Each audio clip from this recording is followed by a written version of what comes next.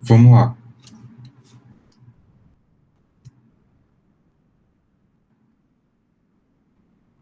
Vamos lá, começando então aqui para retornando os assuntos que a gente estava falando. Hoje a gente vai falar sobre então classificação de fluidos de reservatório. Aula passada a gente fez um comentário rápido sobre algumas questões relativas a fundamentos de termodinâmica, para a gente ir entendendo algumas coisas que a gente vai classificar hoje. Então, o objetivo de hoje é a gente classificar os fluidos de reservatório. Ok?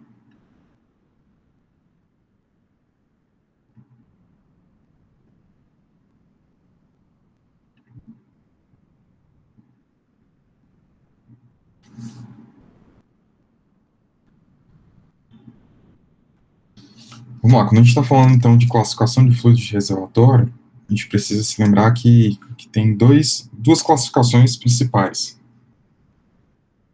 Então, a primeira classificação é quanto ao tipo de fluido.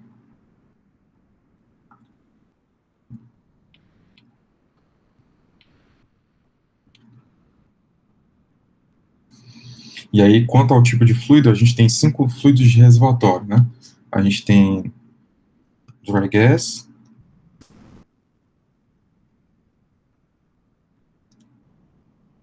wet gas,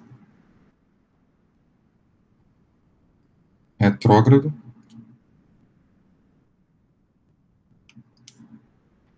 e isso daqui a gente está falando então de gás. Além disso, a gente pode também ter a classificação quanto ao fluido. Então, a gente tem óleo volátil,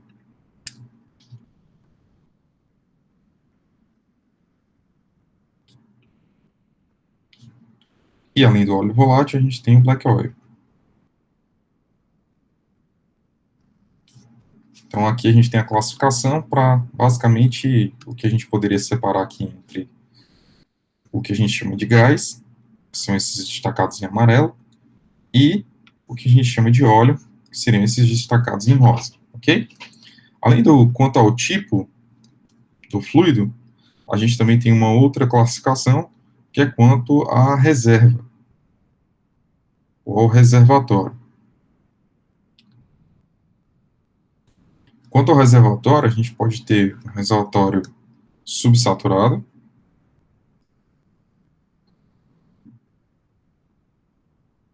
mas a gente pode ter um reservatório saturado,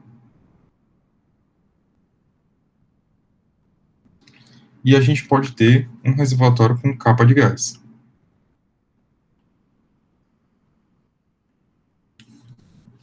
Então, antes da gente falar da classificação quanto ao tipo de fluido e ao reservatório, eu vou lembrar para vocês que o comportamento de fases, isso aqui é uma coisa importante, né?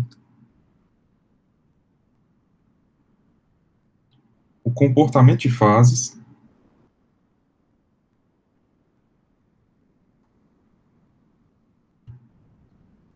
ele está associado ao tipo de fluido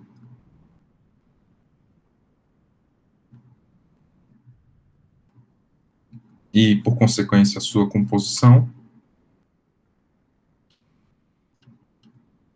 enquanto que a temperatura do reservatório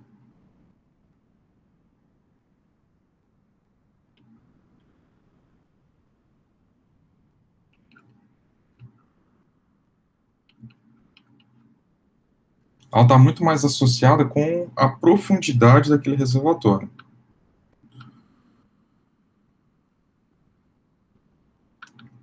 Ok? Aí sim a gente consegue, então, começar a falar sobre as classificações. Então, quão mais elevada é a temperatura do reservatório está muito associado com o gradiente geotérmico daquela reserva, e aí se ele está associado com o gradiente geotérmico, ele está associado com a profundidade. Então, como a temperatura varia com a profundidade naquela região daquele reservatório. Então, é isso que é interessante você observar para que você possa ter a compreensão de como varia a temperatura daquele reservatório.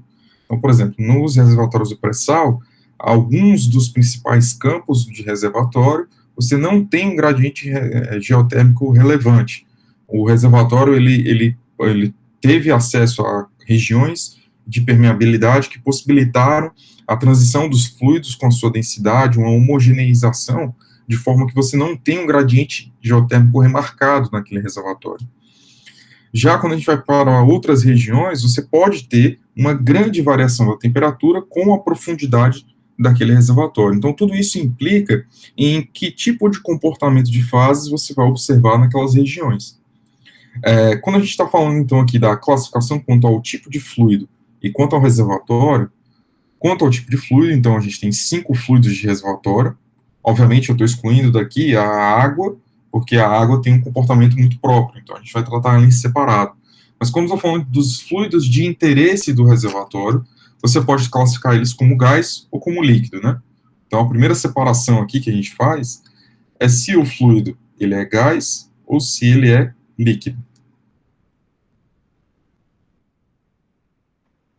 Gás ou óleo, propriamente dito, né? Para a gente usar a linguagem mais próxima da realidade de engenharia de petróleo. Então, se eu estou falando de gás ou óleo, eu estou falando de a gente observar aquele diagrama pressão-temperatura para uma mistura, que a gente viu na aula passada. Deixa eu só desenhar isso aqui de forma decente. Então, a gente tem aquele diagrama de pressão-temperatura.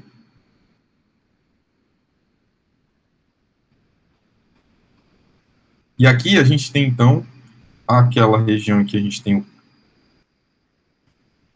a separação entre a região monofásica e multifásica do sistema. A gente tem, então, aqui a região máxima de possibilidade de ocorrência de múltiplas fases em relação à temperatura, em relação à pressão. Essa pressão aqui a gente chama de Criconden-Barr.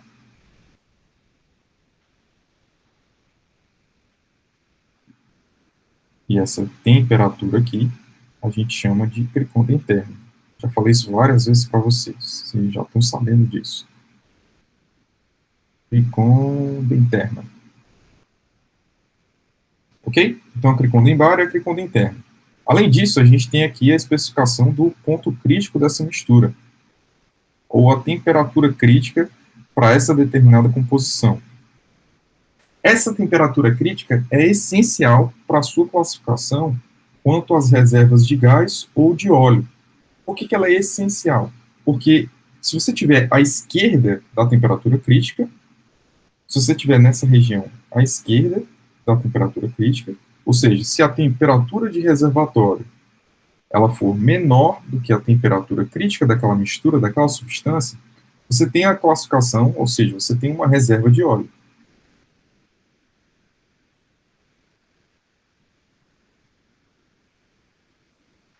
Já ao contrário, se você tiver uma temperatura do reservatório maior do que a temperatura crítica, daqui você já pode concluir que você tem uma reserva de gás.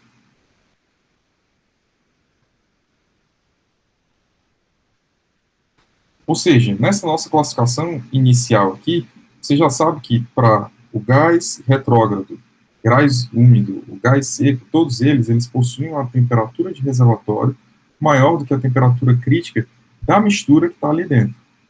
Enquanto que o óleo volátil e o black oil, você tem uma temperatura de reservatório menor do que a temperatura crítica. Ok? Como é que eu consigo te justificar isso?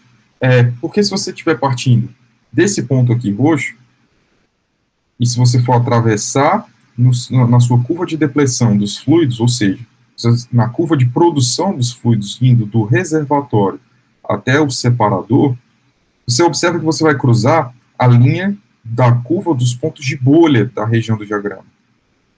Ou seja, você está saindo de uma região de líquido para entrar numa região de líquido mais vapor.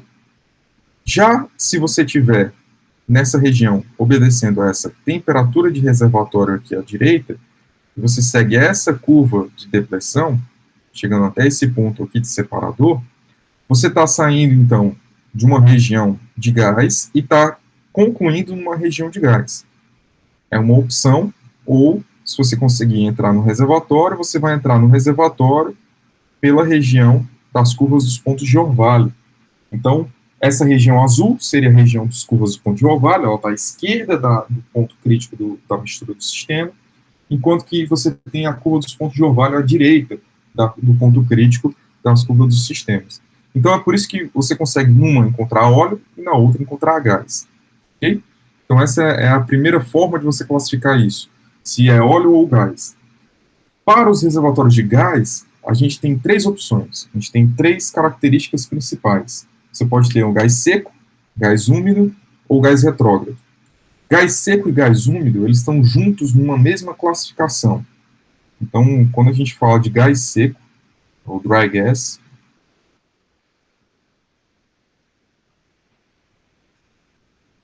e o wet gas, a diferença entre eles vai ser basicamente a forma de processamento que você tiver.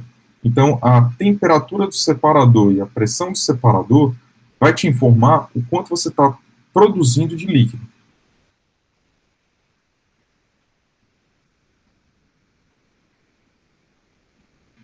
E aí, o quanto você produz de líquido é o que vai separar se você está no gás seco ou no gás úmido, ok? Gás retrógrado,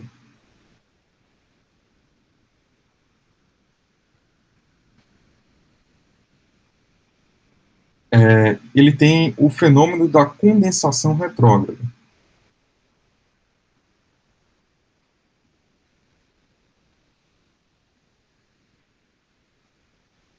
O que é a condensação retrógrada?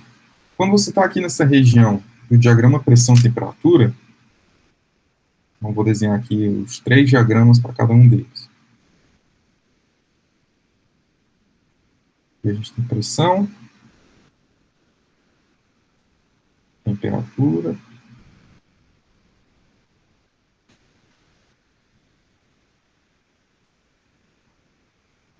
pressão e temperatura. Aqui, novamente, pressão e temperatura também. Então, no caso do gás seco, você tem aqui o domo de saturação. Ele tem um ponto crítico muito baixo, normalmente é abaixo das condições ambiente, então é abaixo da temperatura ambiente. Você tem uma curva de produção, que você vai das condições de reservatório e chega até as condições de separador.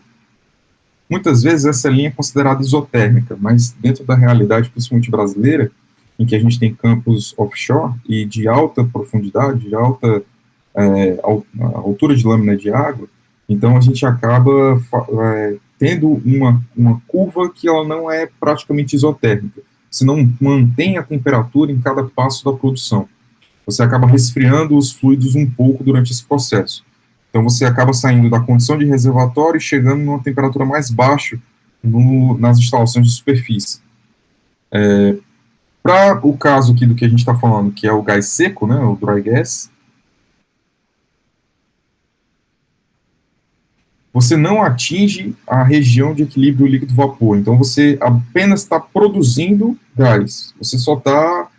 o único fator importante que tem aqui nesse comportamento do gás é a sua compressibilidade. Então, isso aqui é governado pela compressibilidade do gás.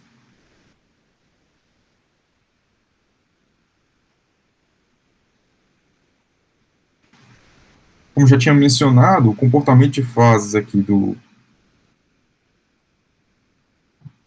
gás úmido, ou wet gas, ele é muito próximo ao comportamento do gás seco, só se difere pela curva de produção, porque a curva de produção agora faz você entrar dentro do diagrama multifásico, do diagrama de equilíbrio líquido-vapor. Então, existe uma parte aqui em que você atinge essa região do diagrama de fases, ou seja, você chega num ponto que você não tem apenas a compressibilidade. A compressibilidade continua governando o processo de produção, mas você também tem a produção relevante, ainda que em pequena escala, você tem uma produção de líquidos. Ok? Então, as razões de produção desses líquidos é muito maior. Você tem uma produção infinitamente maior de gás, mas ainda você tem uma produção relevante de líquido associado a isso. Quando eu falo gás úmido, não é umidade de água, tá? Gás úmido é úmido porque ele tem uma fração de hidrocarbonetos líquidos. Então, você chama de úmido por isso. Talvez tenham se chamado isso também de úmido porque esses hidrocarbonetos que são produzidos, eles são basicamente transparentes. Então, eles têm a mesma transparência da água. Então, como eles são muito claros, acabam chamando de gás úmido mesmo, ele está molhado, por exemplo. Mas no caso aqui, a gente não está falando disso de água. Todos esses três reservatórios de gás, você ainda pode ter uma determinada quantidade de água sendo produzida à medida que você tem um processo de resfriamento do fluido de reservatório. Então, esse resfriamento faz com que você possa ter uma pequena condensação de água em todos esses processos. Então, não é que você só está saindo gás daquelas instalações de superfície, você pode ter uma vazão de líquido. Mas a vazão de líquido do gás seco é muito, muito pequena, enquanto que a do gás úmido já é um pouco mais relevante. E aí, quando a gente está discutindo aqui a classificação dos gases, a gente vai falar agora do retrógrado.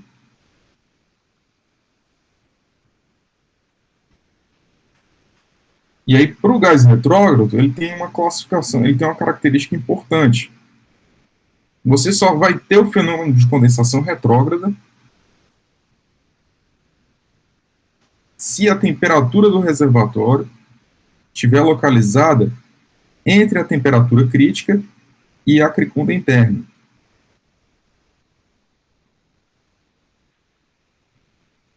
Então, é critério necessário para que você possa ter o reservatório de gás retrógrado, é que durante a produção aqui do sistema, ou seja, durante esse sistema aqui que está produzindo isso, a temperatura do reservatório, ela esteja colocada entre a temperatura crítica do sistema e a cricunda interna.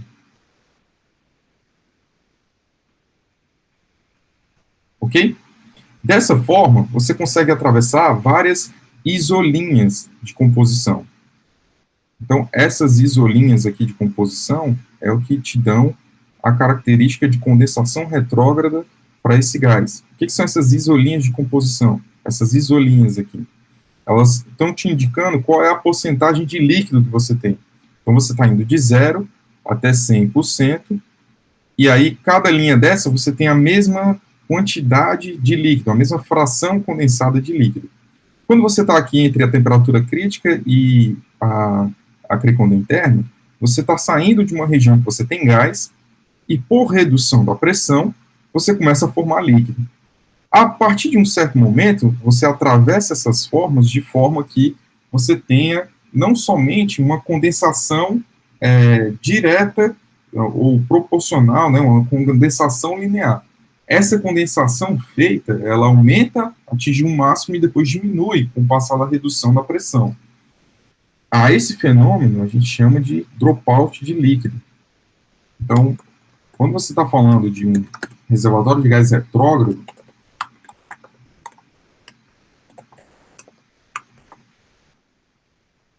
quando você está falando de um reservatório de gás retrógrado, você está falando de um determinado fluido que ele apresenta o líquido dropout.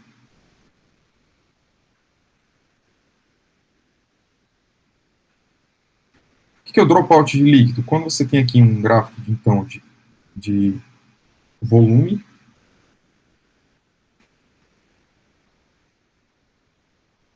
pela pressão.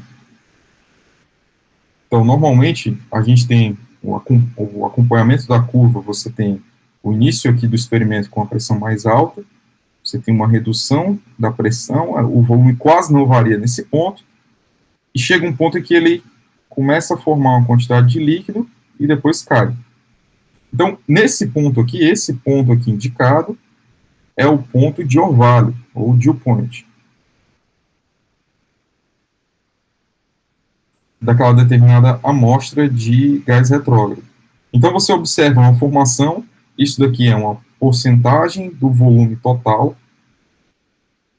e essa região aqui chega até mais ou menos 20, 25% do que você tem de amostra. Então, se você estiver pegando 100% do fluido, você consegue condensar até 20% desse volume na forma dessa deposição de líquido, e depois esse líquido volta a assumir a partir desse ponto máximo que foi determinado. Isso é o dropout de líquido, e isso acontece com os reservatórios que são de gás retrógrado.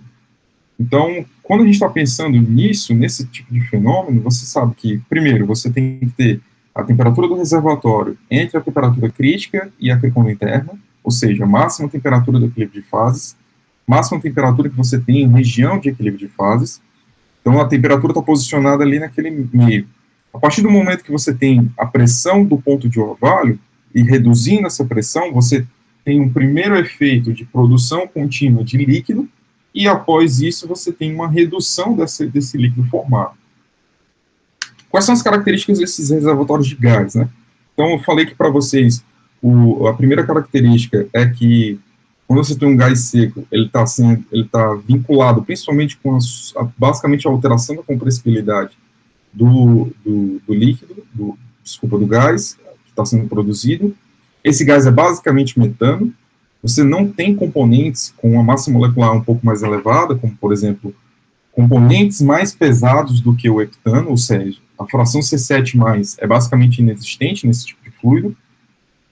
Quando você está indo para um fluido que pode ser considerado um wet gas, esse gás úmido, ele é úmido de hidrocarbonetos, ou seja, ele tem uma determinada quantidade de hidrocarbonetos que durante o processo de separação, a depender das condições de separação, você consegue atingir a região multifásica, a região de equilíbrio líquido-vapor.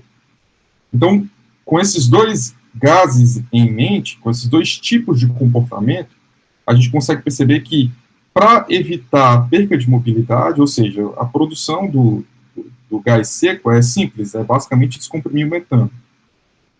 Quando a gente está falando de um gás úmido ou de um gás retrógrado, a gente já tem uma transição de fase. Essa transição de fase faz com que apareça uma determinada região de líquido, pode ser dentro do reservatório ou durante a coluna de produção. Quando isso acontece dentro do reservatório, ou seja, quando você tem um fenômeno de condensação dentro do reservatório, você pode incorrer em perca de recuperação do gás. Ou seja, o gás que você está retirando, você não consegue retirar totalmente. Por quê? Porque esse líquido aqui que está sendo depositado, essa fração de líquido aqui depositada dentro do reservatório, vai reduzir a mobilidade do gás, vai reduzir o fator de recuperação do gás. Então, o que muitas vezes é feito é justamente você conseguir pegar o gás que está sendo produzido naquela região e reinjetar naquele sistema, para que você possa manter a pressão acima da pressão de dew point. Então, você vai manter a pressão aqui nessa região, você não consegue manter a pressão original, porque você vai gastar muito gás para isso, e você ainda tem algum interesse na produção de gás, mas aqui nesse caso você consegue, então, manter um nível um pouco mais elevado para evitar o dropout de líquido e a ocorrência dele dentro do reservatório. Então, esse problema é principalmente vinculado com o gás retrógrado, já que, se a gente olhar para o comportamento de fases do gás úmido, essa condição de umidade, ou seja, essa deposição de líquido só vai ocorrer quando você estiver próximo das condições de separação. Okay? E por uma manobra de separador, você talvez consiga até mesmo não produzir esses líquidos que estão sendo depositados devido à transição de fase. Ok? Então, quando a gente está falando, então, da classificação de líquidos, no caso de óleo, então, se for para classificar os óleos, a gente tem basicamente dois tipos de classificação.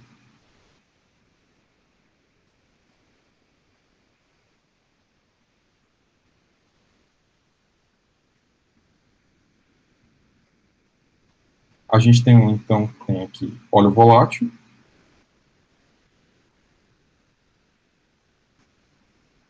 e o black oil. Black oil é o que é chamado de óleo normal, certo?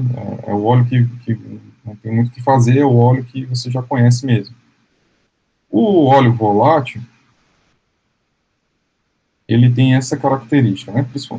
O que difere principalmente o comportamento de fases de gases do gás para o óleo é justamente a posição do ponto crítico. Se vocês observarem, eu desenhei os diagramas de fases com um ponto crítico muito mais próximo, muito mais à esquerda, em temperaturas muito mais baixas e com pressões muito mais elevadas do que eu estou desenhando agora, os diagramas de fases para óleo volátil ou black oil.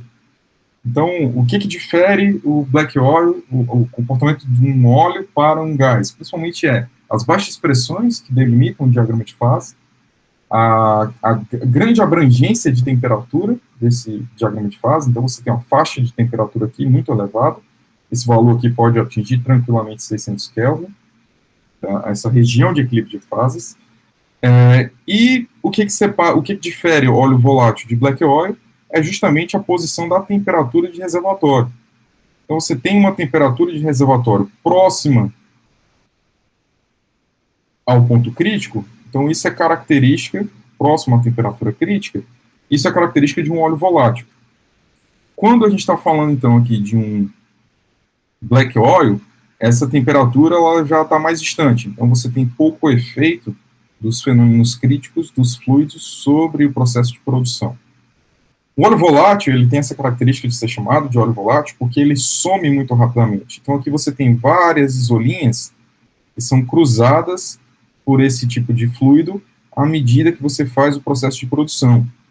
Já o black oil, ele não cruza tantas isolinhas assim quanto o óleo volátil. Então, a partir do ponto de bolha dessa substância, dessa região, você pode rapidamente reduzir em 50% o volume que você tem de líquido, ele vai lá e some na forma de gás, ou seja, ele é transformado em gás muito rapidamente.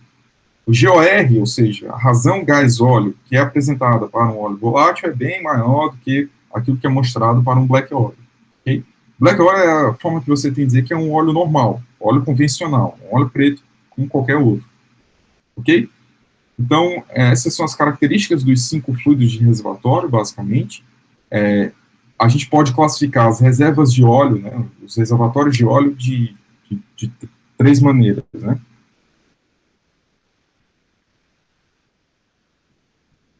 As reservas de óleo,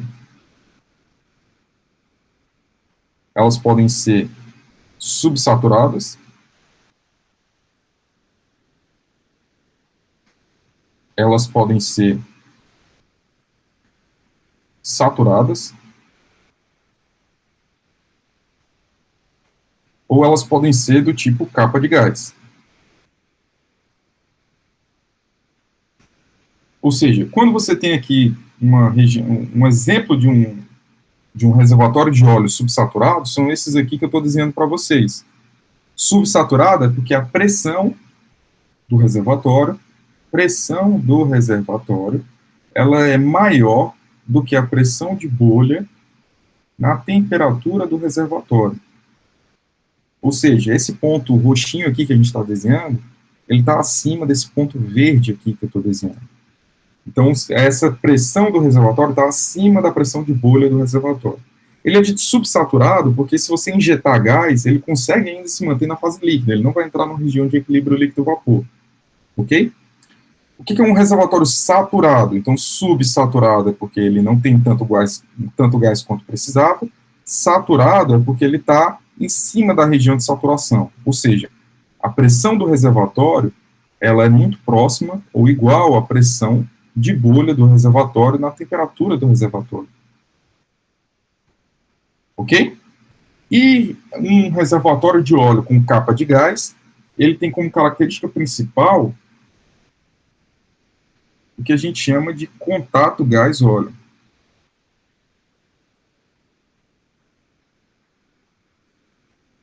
Quando ele está dentro da região de saturação, observa que a gente andou aqui daqui para cá, chegou na região de saturação, só que dentro dessa região de saturação é indicativo de que você tem na formação geológica uma região em que você está tentando desenhar aqui como se fosse o reservatório, tá? Você tem aqui a parte permeável do reservatório, aqui você tem a região que você tem óleo, aqui você tem o gás, aqui é qualquer outro tipo de rocha aqui que não é rocha reservatória, e aqui você tem o que a gente chama de contato gás-óleo. Então, nesse ponto aqui, você tem o que é contato gás-óleo, GOC, da sigla em inglês. Esse GOC, a pressão em que ocorre esse GOC e a pressão do reservatório aqui, ela é basicamente considerada como sendo uma junção dos dois equilíbrios de fase. Se você coletar aqui uma composição do gás, uma composição do líquido, essas composições vão te fornecer dois tipos de diagrama de fase. Então, o primeiro diagrama de fase e o segundo diagrama de fase. Então, o vermelho aqui é o diagrama de fase da composição daquele óleo, e o azul é o da composição do gás. E nesse ponto aqui, de contato entre o reservatório de gás, entre a composição, o envelope de fases da composição do gás e o envelope de fases da composição do óleo, você tem aqui a pressão do reservatório. Então, isso aqui ocorre principalmente quando você tem a permeabilidade necessária e a diferença de densidade entre esses fluidos para que você possa ter uma acomodação dos fluidos dentro do domínio geológico ali. Então, você tem a separação da parte superior de gás e a parte inferior de líquido, e aqui você tem, então, uma região em que você tem um óleo subsaturado. Esse óleo aqui, subsaturado não, desculpa, uma região de óleo que ele tem uma capa de gás. Então, esse óleo ele já é produzido juntamente com o gás que vem do seu ponto de bolha. E aí a gente chama a isso um reservatório de óleo com capa de gás, ok? Algumas observações interessantes aqui que eu posso fazer para vocês é...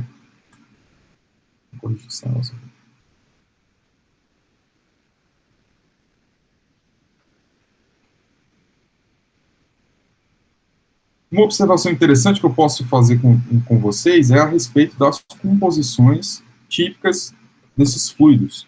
Deixa eu só pegar aqui umas composições típicas para mostrar para vocês.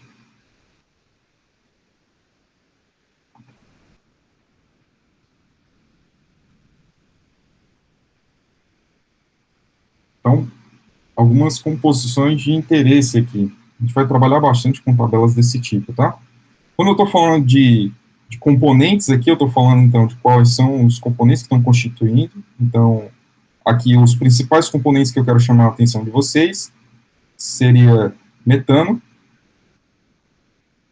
C7+, e CO2.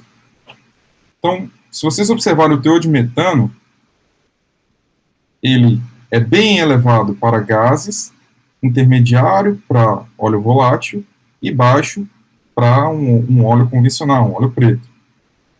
Se a gente for observar, então, o teor de C7+, ele é basicamente inexistente para gás seco, como eu tinha falado para vocês. Ele tem pouca quantidade para gás condensado, e ele aumenta bastante quando a gente está falando de domínio do óleo. Então, quem determina se você tem um óleo ou não no sistema é basicamente a quantidade de C7+, e de C1. Então, se você for alterando essas duas quantidades, à medida que você observa essas alterações de composição, você vai conseguindo mudar de um gás seco, ou seja, basicamente metano, e vai conseguindo chegar até um óleo com características de black oil. Aqui, essa tabela obviamente, de uma composição antiga, é dada nos livros de literatura, e tudo isso tem um teor de CO2 muito pequeno. Na realidade brasileira, você tem teores de CO2 tão altos quanto até 25% ou 35%. Isso torna os fluidos de reservatórios, fluidos de reservatórios brasileiros muito característicos. Essa alta quantidade de CO2 impacta em muito no comportamento de fases das misturas dos fluidos, principalmente do que a gente está considerando aí do pré-sal. E aí, obviamente, a origem desse CO2 pode ser a origem geológica, da decomposição dos componentes, da fixação de matéria orgânica e até mesmo de processos relacionados com as grandes massas de sal que a gente tem. Então, naquela região ali, dependendo do tipo de sal que você tiver, ou nos reservatórios carbonáceos, você pode ter, então, um alto teor de CO2 devido a essas características mais geológicas ali do sistema. Esses componentes intermediários aqui, eles são os componentes que são constituídos daquela umidade que a gente vê no óleo, no gás seco. A diferença entre o gás seco e o gás úmido é justamente se você está conseguindo produzir esses componentes ou não. Gás condensado aqui é também o que a gente chama de gás retrógrado, quando ele tem a sua temperatura colocada entre a temperatura crítica e a temperatura da criconda interna do sistema, dessa composição. Óleo volátil, você percebe que ele tem um alto teor de metano em relação ao black oil, mas com uma grande quantidade de C7+, ok? Então, isso são algumas características de composição de quando a gente está falando dos fluidos de reservatório, né?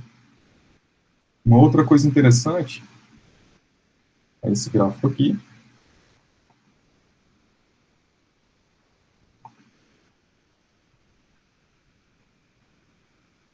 Esse gráfico é o gráfico da razão gás-óleo, para vocês terem uma ideia da quantidade de gás que é produzido para cada unidade do sistema de óleo que você tiver. Então, você observa aqui que esses pontos fechados são sistemas de gases condensados, então você varia ali a razão de gás, óleo, de 1.100 até aproximadamente 500. Então, essa faixa aí é o que você tem de gás. E a gente vai verificar que a gente tem óleo quando você tem abaixo de 500 de GOR, e aumenta bastante a quantidade de C7+. Então, acima de 500 de GOR e abaixo de 12,5% de C7+, você provavelmente tem um sistema de gás condensado. Enquanto que, quando você inverte isso, quando você tem mais de 12,5% de C7+, e quando você tem menos de 500 de GOR, isso faz com que você possa ter um sistema de líquido. Provavelmente você tem um sistema de líquido. Só lembrando, né, GOR, ele é definido como sendo o volume que você tem do gás nas condições padrão. Então, normalmente as condições padrão, por exemplo, da Petrobras, se não me engano, é um ATM, 25 graus. Enquanto que, internacionalmente, você vai ter isso a 15 PSI e 60 Fahrenheit. É o volume do gás nas condições padrão em relação ao volume do óleo stock tank. Ok? Então, essa é justamente que você medir isso, os volumes produzidos, em cada um dos pontos de tomada de produção, seja a produção do gás ou seja a produção do líquido. Ok? Só checando aqui para ver se tem mais alguma coisa. Meu fone descarregou, por isso que eu tirei ele aqui, tá? Se tiver muito ruim de vocês ouvirem, me avisem no chat. Estou de olho no chat aqui com vocês. Bom, é basicamente isso que a gente tinha para falar hoje sobre classificação de reservas. Vou mandar alguns exercícios para vocês. Já mandei uma revisão de exercícios anterior para vocês. Deixa eu mostrar aqui no sala de aula da gente, tá?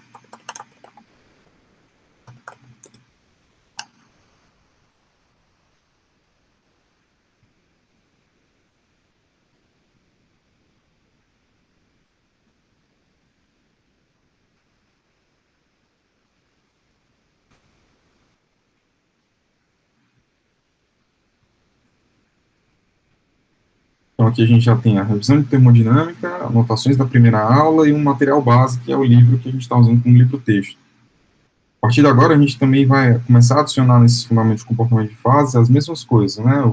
As notas de aula,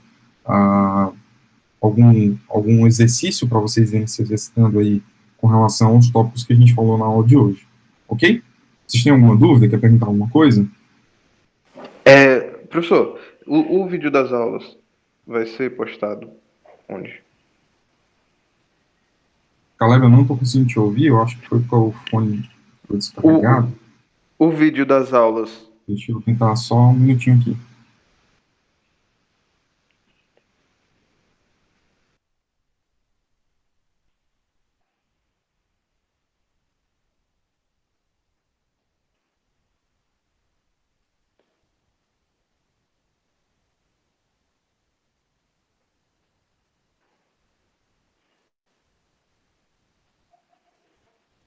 O professor saiu? Saiu. Voltou. Opa.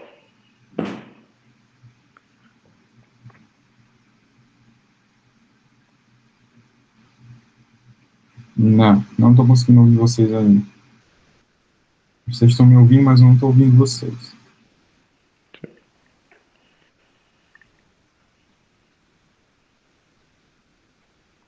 Bom, se vocês tiverem alguma dúvida, a gente fala aqui no WhatsApp, tá? Escreve, Caleb.